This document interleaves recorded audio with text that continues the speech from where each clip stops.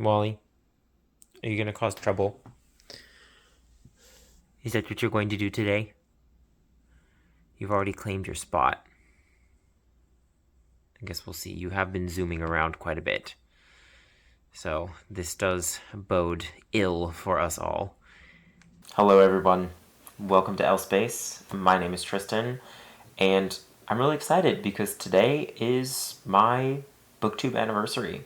I have officially, as of today, been on BookTube for 1 whole year, and frankly, that is quite surprising to me. I really don't feel like it's been that long. It really has gone by quickly, but when I look back at all of the books that I've read while doing BookTube, I've realized that it really has been a long time.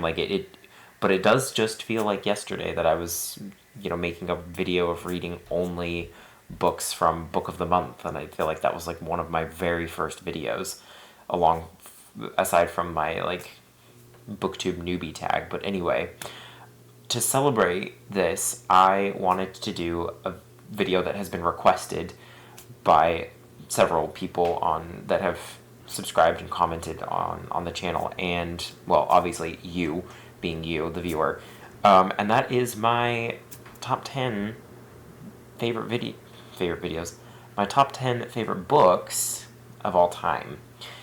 And I did end up having a pretty hard time narrowing it down, or rather, like the top 6 were pretty easy to pick out, but the remaining ones were a little bit difficult to figure out. But part of that is because those books are ones that I don't have physical copies of with me here in Boston.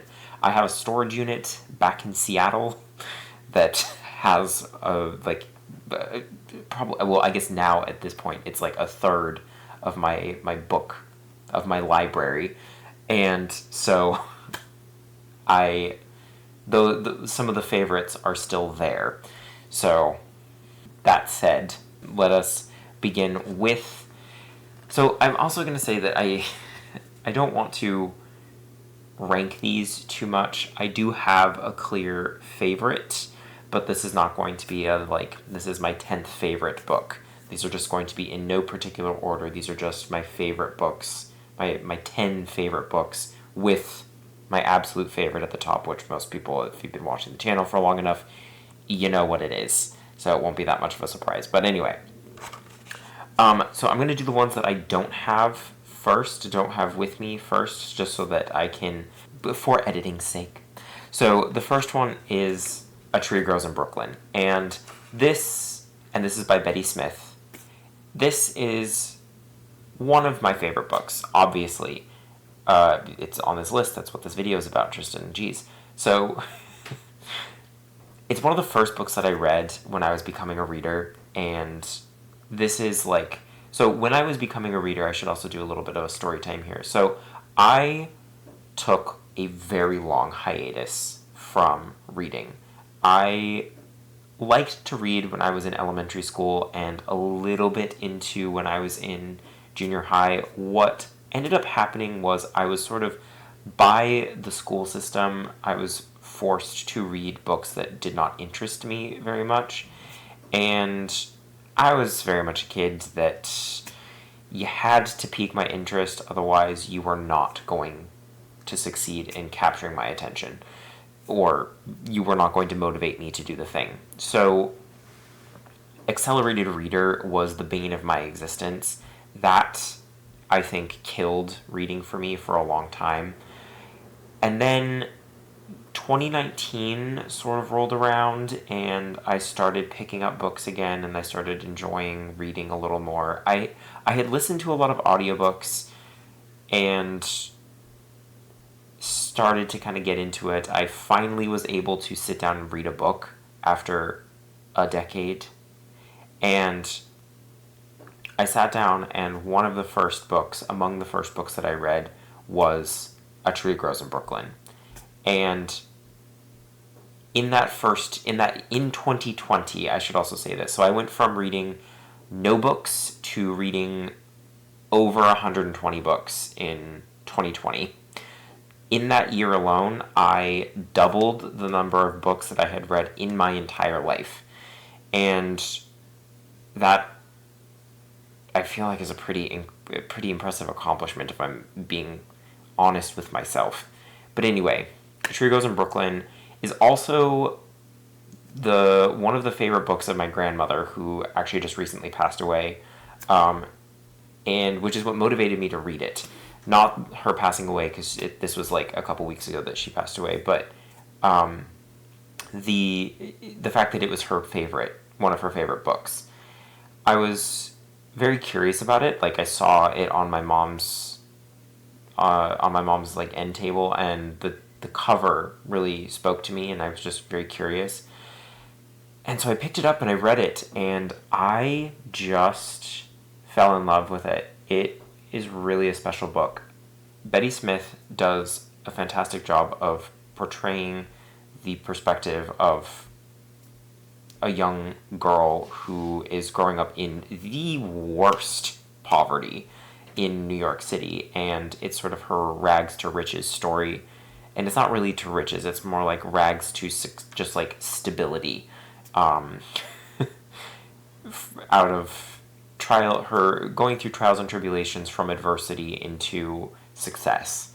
Kind of the novel of the American dream, but it also very much indicts the American dream as an idea. It's a really complex story. It's really, I think, accessibly written, and it just is such a fascinating survey and yet also intimate look into the 20th century that it's the reading experience of that book was like nothing I've ever experienced before, and nothing I've really experienced since, to be honest. And I still love that book. For the longest time, it was my like top favorite book, and so I guess, like, start this off with strong footing with this one. But anyway, it's phenomenal. And I don't hear it get talked about enough, which is kind of a shame. But anyway, the next one that I have here is Less by Andrew Sean Greer. And I had to make sure that I wrote down the author's name, because I always, always, always reverse Andrew and Sean. Sometimes I call him Sean Andrew Greer. Other times I call him his correct name of Andrew Sean Greer. It's a bit of a problem for me. But anyway, Less was really, I think, my intellectual gay awakening in a lot of ways. I loved it when I first read it, and I've now reread it a couple times and have loved it even more each time. And I think that's really a marker of a good book, is when you reread it and like it more the second time. And I think it really helped me kind of come to terms with my queerness and kind of gave me a good foundation to stand on. It also gave me a perspective on relationships that I hadn't had before, and it really did kind of unlock something for me that I think made me a better person and just a more mature person in general. So I credit that book a lot for my development and certainly my development as a gay person. And yeah, it's just a phenomenal book as well. It's also funny. I love everything about it. It's just great. Oh, and the next one. Oh,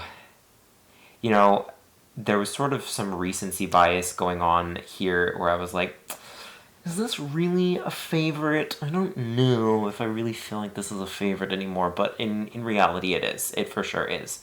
And that is The Fifth Season by N.K. Jemisin. And I will also put the, I guess, warning here that I'm going to talk about some series in here, and I'm sort of mentioning a particular book from the series, but I do also mean the series as a whole. So, The Fifth Season, highly geologically active planet.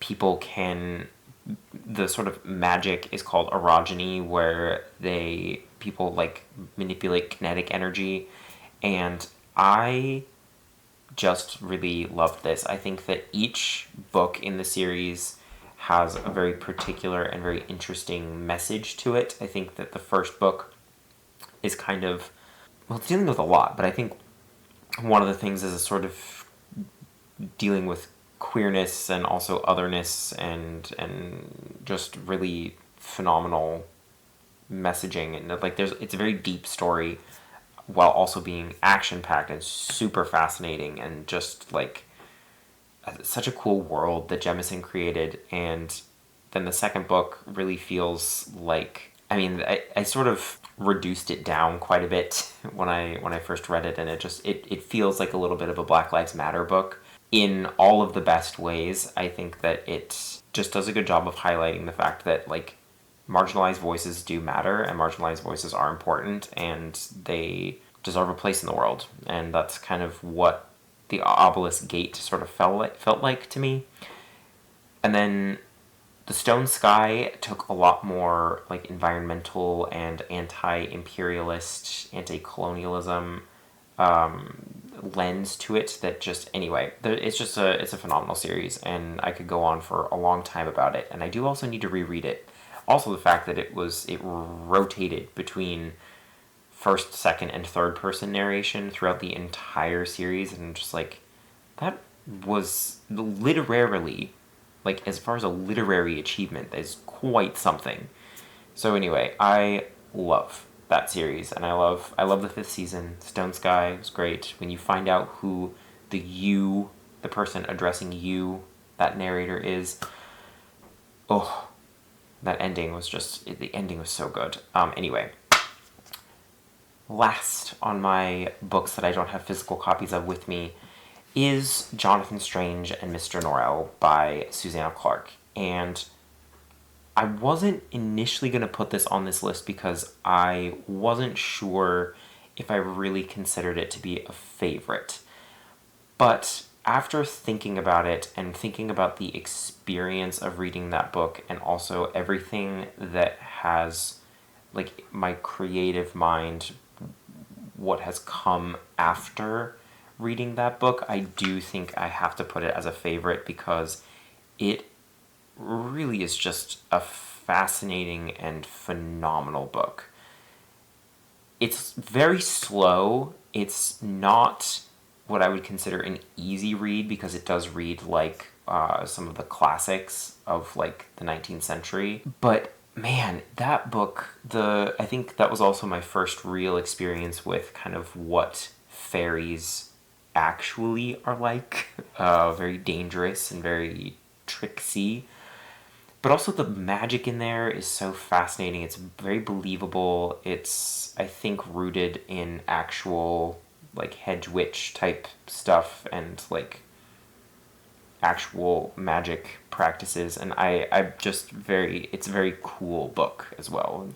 It's kind of a stupid thing. It's very cool, but anyway, I love that book, and I think it's just it is very 19th century as well, like the like intellectual snobbery between the two guys, between Strange and Norrell, and the fact and the like sort of literary salons, the magician's salons, just going back and forth, and sort of the legal trying to censor each other. It's just it's very funny as well. Like, even though it is sort of highbrow humor, it is very funny, and I think I'm very comfortable placing it on my favorites list, because it is just really good. Okay, so those are the books that I don't have physically with me. So now we can go through the ones that I do. So another one that was a sort of essential part of my queer maturity, queer development is Just by Looking at Him by Ryan O'Connell. And This may have just been a book that was like the right book at the right time, but again, it's the experience of reading this book that really got me.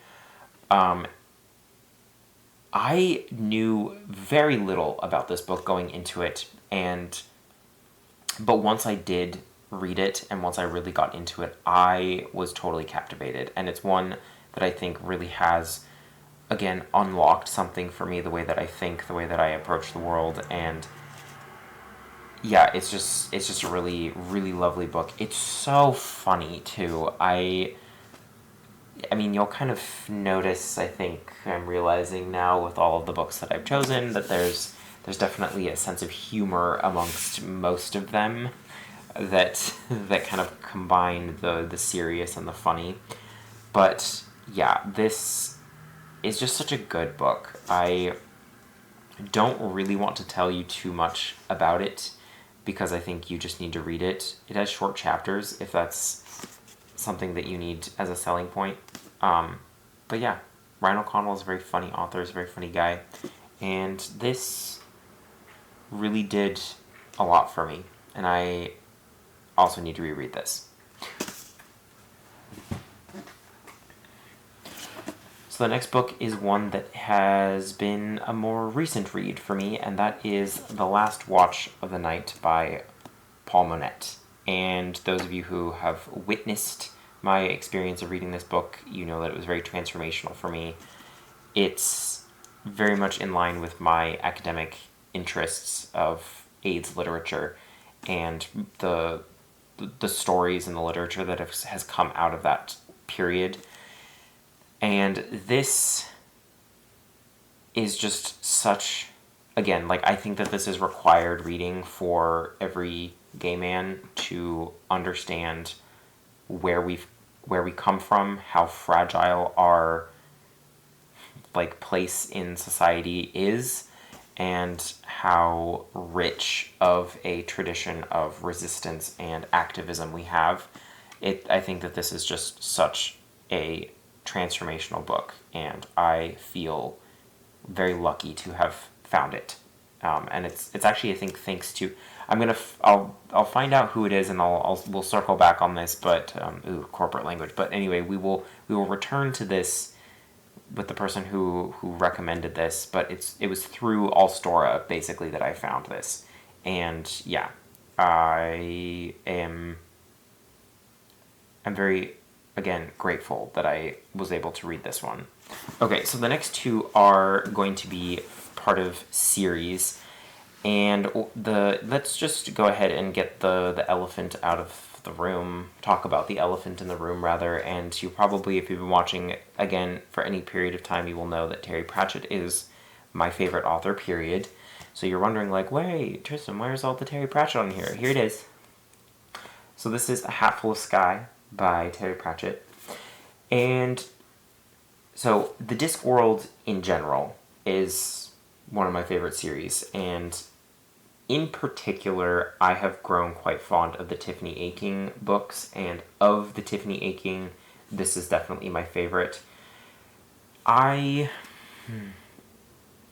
to even say about these? These are books, the Tiffany Aching ones are ones that I wish I had read when I was younger. I think that these would have been very transformational for me as a young person. I think that it's kind of that bittersweet feeling of, like, I'm really happy that I discovered these now, because I do feel that my life has been changed for the better because of them. I've been changed for good. But I do have a certain sadness that I did not read these when I was much younger, because I think that they would have made me find my place in the world, I think, a little bit easier. And I did really struggle to kind of find my footing and find where I wanted to be, who I wanted to be when I was in high school and my early college years. And I think had I read this when I was 14, 15, I who's to say, really, but I do feel like this would have made things a lot different for me. And for that reason, again, I'm really grateful that I found them now, and that's, I think that I guess you could consider them sort of like a healing experience for me, but for that reason, they're very near and dear to my heart, and this book in particular, really, really hit a special note for me, and I love it. I guess it's the only young adult book that I have on here, and it's Tiffany Aching is such a good protagonist, and I do feel like it's a good story of like female empowerment too, even though it's written by a man, but that's neither here nor there. Okay, so the next series is Gideon the Ninth, and in particular, Harrow the Ninth is my favorite of those books. This series is something else. Like, my god. The tagline for Gideon the Ninth is lesbian necromancers explore a haunted gothic palace in space. I've had that memorized because every time I pitch the series to someone, I have to pull that out because that's what it is, and there is no other way to describe it. And so it's just a romp. It's fun. It's spooky. The first one is a murder mystery. This one is hard to explain. But this one is so funny. This book had me in stitches when I was reading it. Harrow is such a good protagonist. And her dynamic with Ianthe and Mercy Morn is my hero. I just love this book. The whole dynamic of all of the characters in this book, they are so despicable and so funny and so lovable at the same time that I just couldn't. I can't even articulate how much I like this book. But yeah, it's just great. And I've reread this one several times now, and I've loved it the same or more each time I've read it. And we're hopefully going to be getting the final book of this series this year, or maybe next year. We actually don't know. People were mad that Tamsyn Muir came out with Nona the Ninth, and people didn't like that. But honestly, I was pretty thrilled to have another book in this series. I'm okay with that. I'm okay having more of these characters in the series. That's okay with me. Anyway, it's so good. But also I have to say that so Tamsyn Muir very much reads like somebody who grew up on Tumblr, because the nun pizza with left beef reference to that was shocking and ridiculous. I don't have words. I think that Harrow the Ninth is a Class A selection of memes sprinkled seamlessly into the narrative that just, it's brilliant. It's a work of brilliance. That's all I have to say. Okay. Second to last, and I think I think this is a safe place to put this in the video, and it is Thérèse d'Esquirol by François Mauriac. This is the book that I did my master's thesis on, and as I have read this book 15, 16 times. I know it like the back of my hand. I could talk for hours about this book because of how well I know its characters, its themes, all of that. It's effectively what I got my master's degree in, is this book, which is crazy because this book is less than 200 pages.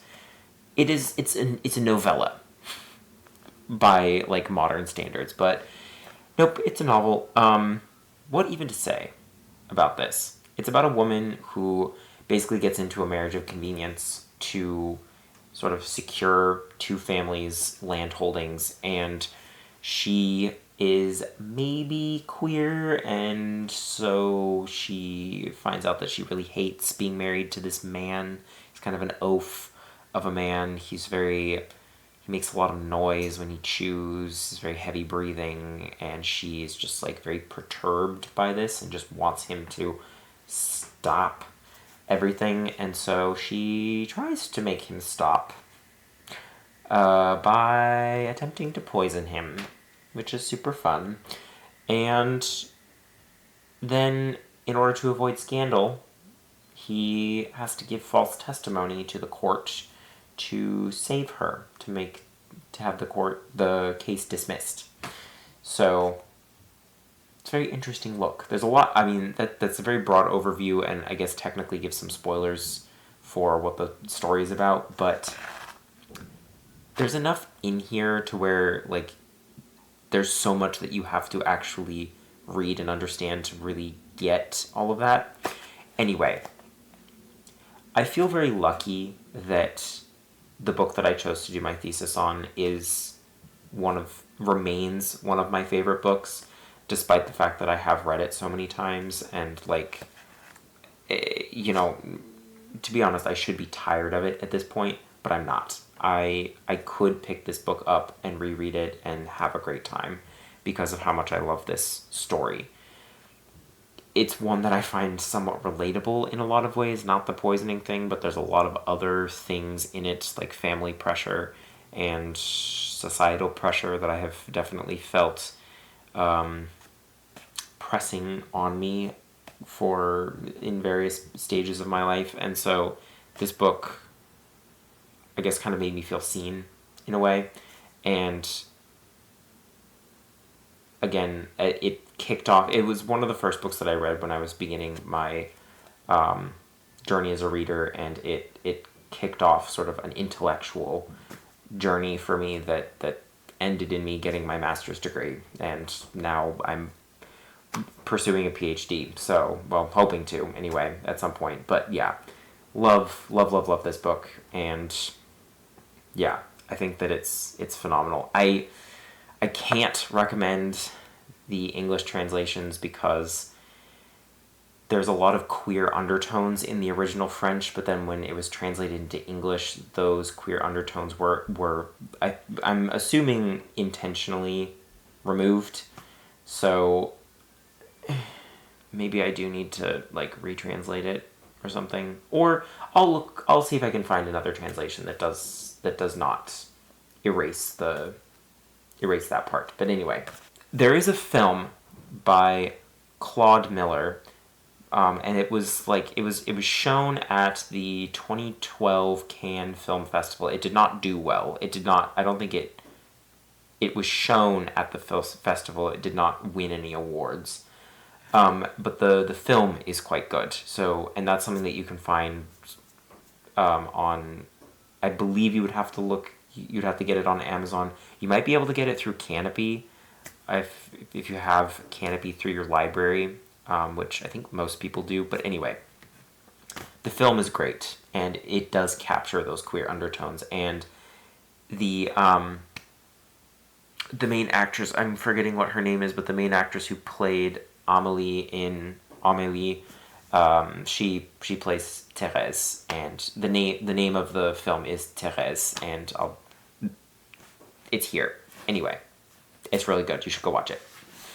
All right. Here we are. The last book. My favorite book of all time, and it should be no surprise because I talk about it all the time. I don't shut up about this book, and it is Still Life by Sarah Winman. This is the book that Sarah Winman wrote that it was a book, she wrote the book that E.M. Forster couldn't write. It's very much in conversation with the book A Room with a View, which I think is an honorable mention for my top favorite books, top 10 favorite books. Just didn't quite make it. This is a celebration of life and beauty, and shows that serious fiction does not have to be all doom and gloom and meditative and melodramatic.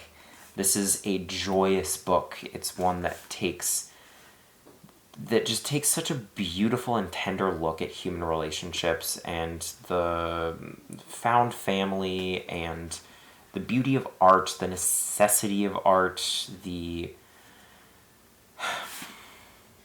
talks about grief, talks about love, family, heartbreak, death, all sorts of things. Like, this is just such a beautiful book. It has everything that I personally want in it, and just, I discovered this through Book of the Month back when it was it was an add-on in 2021. I just randomly picked it because I liked the cover, and I don't know what I would do if I had never read this.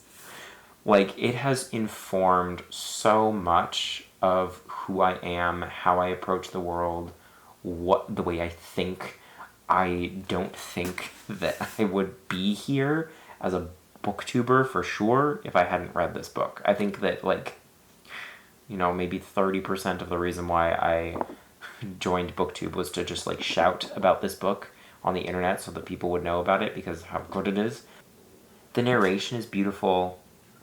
It has such a tenderness and a fondness for all the characters. Like, the narrator is very much a character in this, not like an active character, but like there is a very distinct voice with the narrator, and the way that the narrator, I'm gonna go ahead and assume that it is just Sarah Winman as the narrator. Like, it does kind of feel like her. Yeah, she just has like a beautiful fondness for the characters, but she doesn't shelter them. She doesn't try to protect them from bad things happening. I think that it's, from that standpoint, it's like, she allows them to be human while still highlighting their best qualities. And yeah, anyway, it's so good. And the literary still lifes that she does in here are so good. And I remember there were multiple places in this book where, like, I felt my heart racing and, like, my breath would catch because I would just encounter such a beautiful scene, or a scene that just, like, really got to me. But yeah, I'm going to reread it. I'm going to reread it again. It's time. It's a good book to read during the sort of, like, winter scaries. It's a good book to kind of pull you out of that. It's a good book for any time of the year, but definitely one to pull you out of any sort of seasonal depression you might have. All right. That's it. Thank you very much for watching. Thank you for being here. Thank you for watching. If you've watched me from anywhere close to the beginning, I am thrilled to have made it this far. I know that my uploading has been sort of touch and go, but that is the hazard of life. But yes, thank you once again for being here. I have loved interacting with people here on BookTube. I think it's really become quite a joy for me, and I am looking forward to seeing what the new year of my BookTube has in store for me. And you, of course, because I can't really do this without you. I will be back very soon with another video. Thank you for being here for the whole year, and I hope to carry you on into the next year. Take care until next time. Bye.